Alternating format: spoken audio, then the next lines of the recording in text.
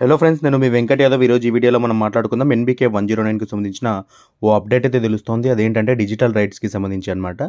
So movie release అయిన తర్వాత ఇక ఓటీటీలో విడుదల చేస్తారు కదా. సో ఆ ఓటీటీకి సంబంధించిన రైట్స్ ఎవరు తీసుకున్నారు అన్నది ఈ వీడియోలో అయితే మాట్లాడుకుందాం. సో ఒక ప్రముఖ ఓటీటీ సంస్థ అయితే మంచి డీల్కే బాలయ్య బాబు గారి ఎన్బీకే 109కు సంబంధించిన రైట్స్ అయితే తీసుకుందట. దాదాపు 4 లాంగ్వేజెస్లో ఈ మూవీ ఆ ఓటీటీ ప్లాట్ఫామ్లో అయితే టెలికాస్ట్ అవుతుందట ఆఫ్టర్ రిలీజ్.